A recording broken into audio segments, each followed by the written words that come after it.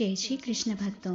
भारतीय दर्शन को समझाने वाली कथाओं में राजा चित्रकेतु की कथा बहुत महत्वपूर्ण है, जिन्हें तत्व ज्ञान की प्राप्ति के लिए ऋषि अंगिरा ने पुत्र की प्राप्ति करवाई थी। फिर उसी पुत्र की मृत्यु के बाद उसकी आत्मा से चित्रकेतु को ज्ञान प्राप्त हुआ। राजा चित्रकेतु शूरसेन राज्य का राजा था। उनकी बहुत सुंदर रानियां थीं, पर किसी भी रानी के संतान नहीं थी। वंश नष्ट होने की चिंता में राजा को ठीक से नींद तक नहीं आती थी। एक बार अंगिरा ऋषि राजा को ज्ञान का उपदेश देने पहुंचे, पर उन्होंने देखा कि राजा मोह के कारण पुत्र पाना चाहता है। ऋषि ने सोचा कि जब तक राजा पुत्र वियोग से दुखी नहीं होगा, तब तक उसका कल्याण नहीं होगा। राजा चित्रकेतु की प्रार्थना पर ऋषि ने त्वष्टा देवता का यज्ञ कर उसका प्रसाद एक रानी को दिया। इस प्रसाद से जो पुत्र होगा वह तुम्हें हर्ष और शोक दोनों देगा, ऐसा अंगिरा ऋषि ने कहा। राजा को पुत्र प्राप्ति व मरण यज्ञ के प्रसाद से राजा चित्रकेतु की रानी को पुत्र हुआ। इससे राजा व प्रजा दोनों में खुशी छा गई। पर अब राजा पुत्र देने वाली रानी को ज्यादा चाहने लगा। इससे ईर्ष्या कर बाकी रानियों ने पुत्र को जहर देकर मार दिया। बेटे की मौत पर राजा चित्रकेतु पागल सा हो गया। चित्रकेतु के बेटे की मौत के बाद ऋषि अंगिरा फिर उसके पास आए। उनके साथ देवर्षि नारद भी थे। दोनों ने चित्रकेतु को समझाया कि संसार के सारे संबंध सपने की तरह अस्थायी व कल्पना की तरह हैं। शरीर न जन्म के पहले होते हैं और न बाद में रहेंगे, इसलिए शोक मत करो। पर जब जब राजा को विश्वास नहीं हुआ, तो देवर्षि नारद ने उसके पुत्र की आत्मा का आवाहन कर उसे बुलाया। फिर उसने पूछा कि जब तुम्हारे माता पिता तुम्हारे लिए व्याकुल हैं, तो तुम इनके पास क्यों नहीं रहते। इस पर जीवात्मा ने पूछा कि ये किस किस जन्म में मेरे माता पिता हुए थे। मैं तो अपने कर्मों का फल भोगने से देवता, मनुष्य, पशु पक्षी आदि योनियों में अनंत काल से जन्म लेता रहा हूँ, जिनमें सभी जीव एक दूसरे के पिता पुत्र तो कभी शत्रु व मित्र बनते हैं।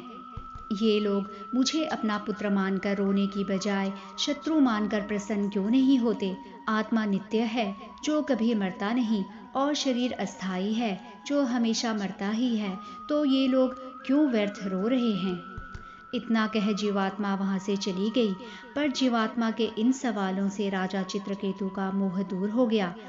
ऋषि अंगिरा व देवर्षि नारद से भगवत प्राप्ति उपदेश प्राप्त कर इसके बाद वह भगवान की आराधना में लग गया, जिसे बाद में भगवान नारायण का दर्शन भी हुआ। आगे चलकर यही चित्रकेतु माता पार्वती की आज्ञा नहीं मानने के कारण शाप से वृतासुर राक्षस के रूप में पैदा हुआ। भगवान के परम व्यक्तित्व से व्यक्तिगत रूप से बात करने के बाद राजा चित्रकेतु ने विद्याधर ग्रह की स्त्रियों के साथ भगवान की महिमा का सामूहिक कीर्तन करते हुए जीवन का आनंद लिया।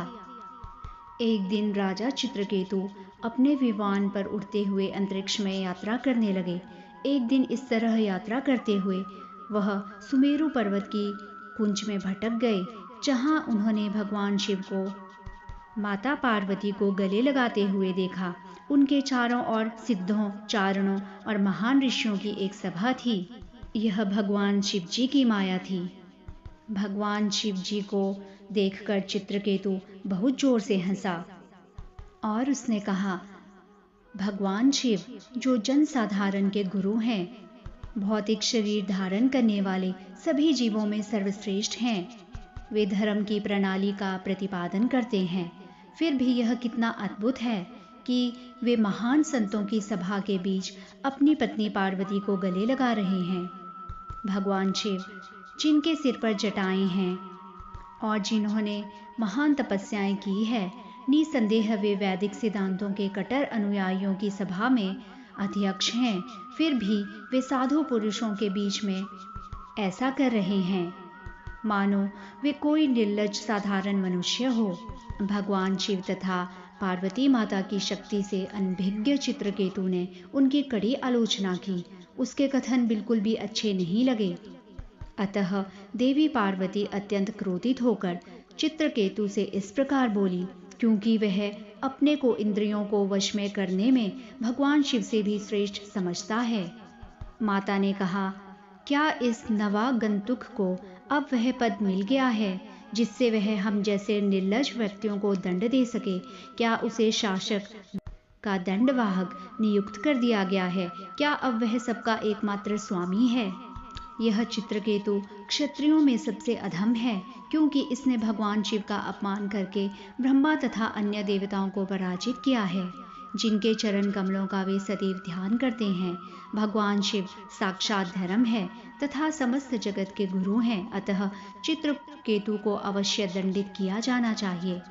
यह व्यक्ति अपनी उपलब्धियों के कारण घमंड में चूर है और सोचता है कि मैं सर्वश्रेष्ठ हूँ। वह भगवान विष्णु के चरण कमलों की शरण में जाने का अधिकारी नहीं है, जिनकी पूजा सभी संत पुरुष करते हैं, क्योंकि वह अहंकारी है और अपने को अत्यंत महत्वपूर्ण समझता है। हे धृष्ट, मेरे प्रिय पुत्र, अब तुम असुरों के किसी नीच पापी कुल में जन्म ले लो, जिससे तुम इस संसार में श्रेष्ठ महात्मा पुरुषों के प्रति ऐसा अपराध फिर न कर सको। जब चित्रकेतु को माता पार्वती ने श्राप दिया तो वह अपने विमान से उतरा, बड़ी विनम्रता से उनके समक्ष झुका और उन्हें पूर्णतः प्रसन्न कर लिया। चित्रकेतु ने कहा, हे माता, मैं हाथ जोड़कर श्राप स्वीकार करता हूँ। मुझे श्राप से कोई आपत्ति नहीं है, क्योंकि सुख और दुख तो मनुष्य के पूर्व कर्मों के फल स्वरूप ही देवता देते हैं। अज्ञान से मोहित होकर जीवात्मा इस भौतिक संसार रूपी वन में सर्वत्र तथा सर्वदा अपने पूर्व कर्मों के फल स्वरूप सुख दुख का भोग करते हुए भटकता रहता है।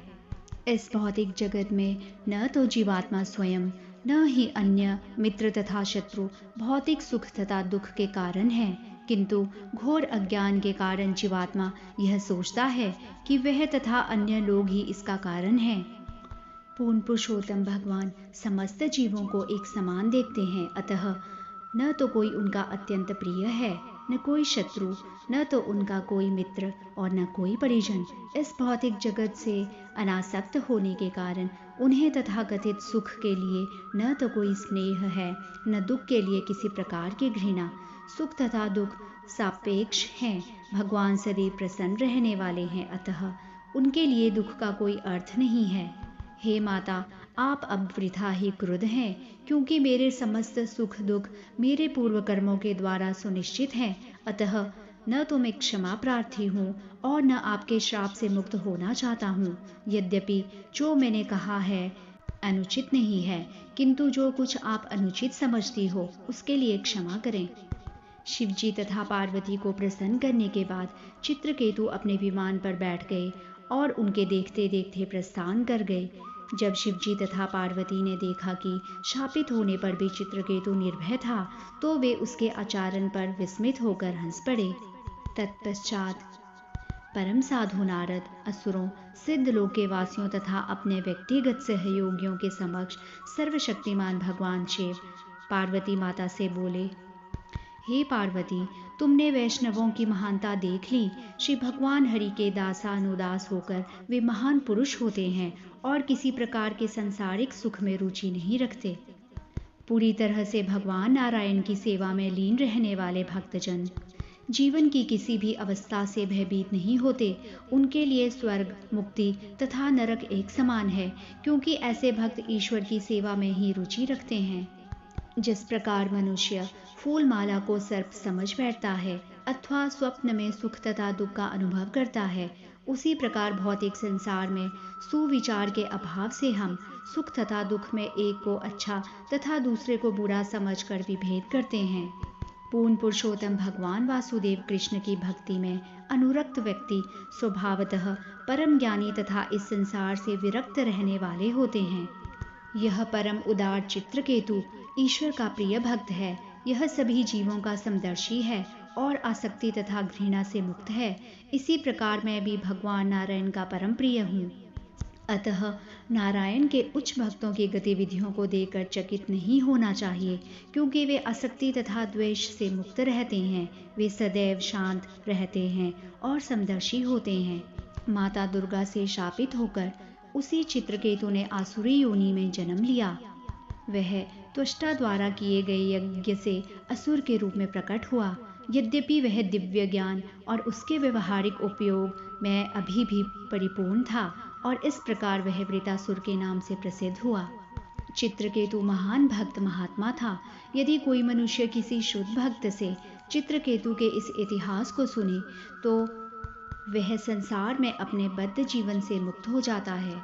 जो व्यक्ति प्रातःकाल उठकर अपने मन तथा वाणी को वश में रखकर तथा श्री भगवान का स्मरण करके चित्रकेतु का यह इतिहास पढ़ता है, वह बिना कठिनाई के भगवान के धाम को चला जाता है। जय श्री कृष्ण भक्तों।